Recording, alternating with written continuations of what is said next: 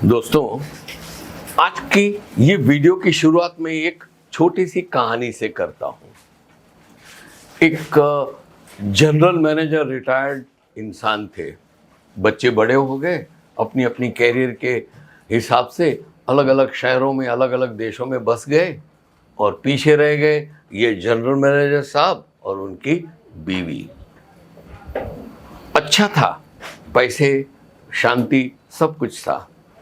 इतने साल की कड़ी मेहनत के बाद उन्होंने रिटायरमेंट हासिल किया था। बच्चों को होनहार बना के, पंख डाल के उनको उड़ना सिखा दिया था और वो प्रेम से जी रहे थे।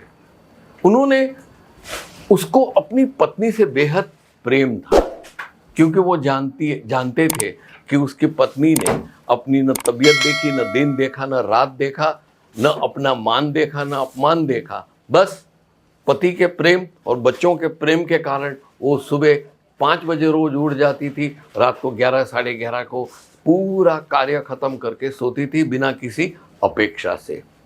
गौर फरमाइएगा, शब्दों पे गौर फरमाइएगा दोस्तों। अपेक्षा नहीं थी, वो अपना कार्य किए जाती थी, अपने कर्म किए जाती थी। रिटायर साहब ने ये सोचा कि अभी वक्त आ गया है, पत्नी को बेहतरीन से बेहतरीन किस्म का जीवन दूं।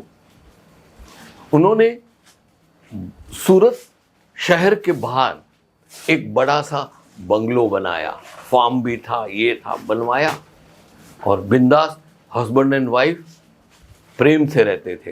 ये रिटायर हो गए थे। अपने बंगलो के आंगन में एक फर्स्ट क्लास झूला था। सारा दिन ईश्वर का नाम स्मरण करने का, और जब भी वक्त मिलता था कुछ न कुछ लिखते रहते थे।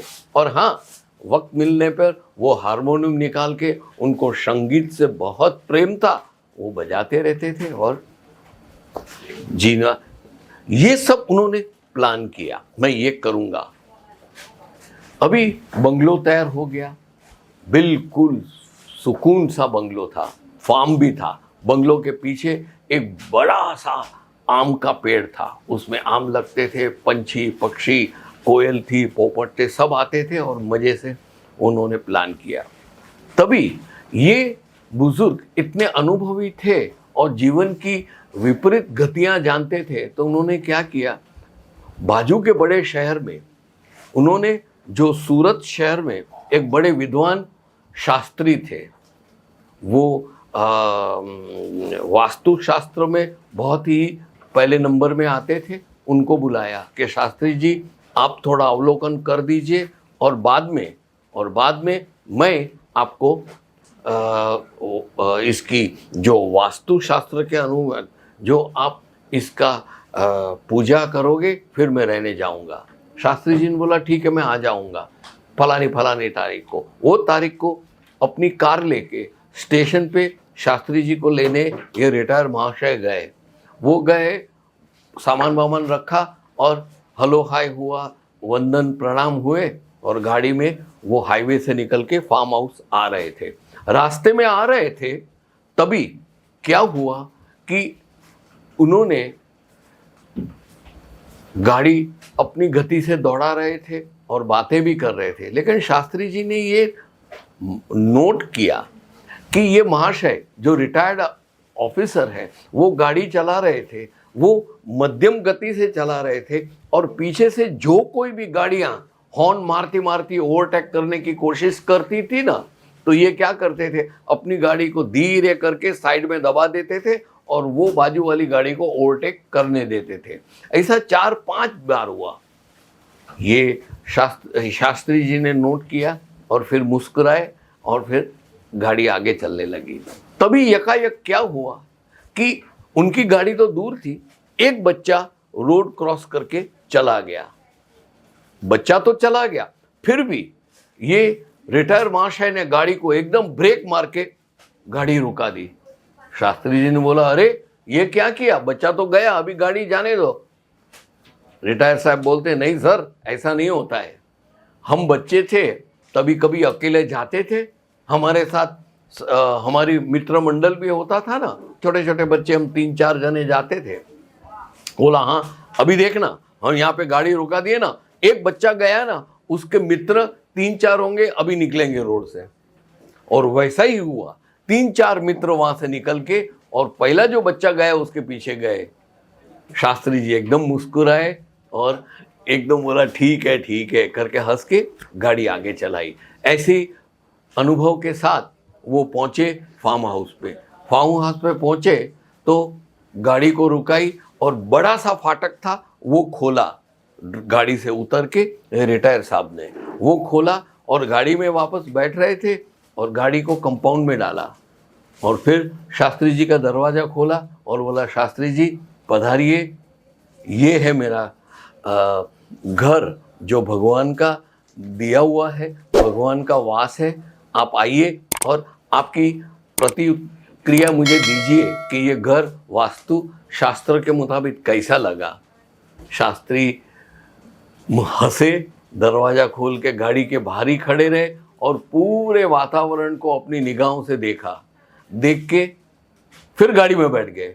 अरे कहाँ जा रहे हो सर, अभी बाकी है सब, आप बाहर से देख के कहाँ जा रहे हो, मैंने आपके लिए सब तैयारी की है, जो वास्तु करने का है उसकी सब विधि आपने बोली थी वो लगा के रखी है सब चीज़ें। शास्त्री जी बोलते हैं कि महाशय आपका साथ में स्टेशन से इधर आया, 2 अनुभव ऐसे हुए, उससे पता चला कि आपके लिए न कोई बुरी वास्तुशास्त्र की चीज़ें होती हैं, न आपके घर में और लक्ष्मी का वास होता है, न आपके घर में कभी दुश्मनावट या झगड़ा या नफरत नहीं होगी। हमेशा आपके घर में प्रेमी भरा रहेगा और साथ में आप अपनी पत्नी से इतना प्रेम करते हो ना, आने वाले 7 जन्मों तक आप दोनों साथ में ही रहोगे। रिटायर्ड साहब बोलते सर लेकिन ये आप तो जनरलाइज बोल रहे हो, हमको तो विधि करनी है ना, पूरी पूजा विधि करेंगे तब आप जो बोल रहे हो वो साक्षात होगा। नहीं दोस्त, मैंने रास्ते में 2 चीज़ जो मार्क की उससे मुझे ये पता चला कि जो इंसान अपने से ज़्यादा दूसरों की सोचता है ना, दूसरों को प्रेम करता है, दूसरी की भावनाओं का ख्याल करता है, दूसरे को कोई तकलीफ न हो ये सोचता हो, ऐसे व्यक्ति के लिए न कोई वास्तु का दोष होता है, न प्रेम की कमी होती है, न सुख समृद्धि की कोई कमी होती है। वास्तु यही कहता है कि आप एक दूसरे के प्रति दया भाव रखें, प्रेम रखें, भाईचारे से आप जिए तो आप सब साथ मिलके कोई भी वास्तु दोष नहीं आएगा, चाहे घर की दिशा कोई भी हो। मन चंगा तो सब कुछ अच्छा, कहते हैं ना मन चंगा तो 8 रूट में गंगा, वही है। दोस्तों ये वीडियो से मैं आपको ये कहना चाहता था, आप जो कुछ भी कर रहे हो प्रेम से, दया भाव से, सामने वाली प्रति व्यक्ति को किस प्रकार से आपको व्यवहार करना है, उसके साथ कैसा संबंध रखने का है, वो सोच के अगर आपने अपना कार्य शुरू किया, अगर आपने कपड़ों का बिजनेस शुरू किया, आप नाकामयाब हो ही नहीं सकते हो, आप कामयाब होंगे, क्योंकि ईश्वर ऐसे ही लोगों पे दया भावना रखता है। दोस्तों ये वीडियो से मैं आपको जो कुछ भी कहना चाहता था ना, वो ये कहानी के माध्यम से ही बता दिया। आशा है पसंद आया है। ज़रूर से बेल आइकन दबाइएगा और कमेंट्स कीजिएगा। तब तक के लिए मैं आपसे विदाई लेता हूँ। आपका जीवन, आपका भविष्य मंगलमय हो, ऐसे ही प्रभु से प्रार्थना। जय श्री राम। साड़ी कुर्ती या हो लहंगा, सही दाम का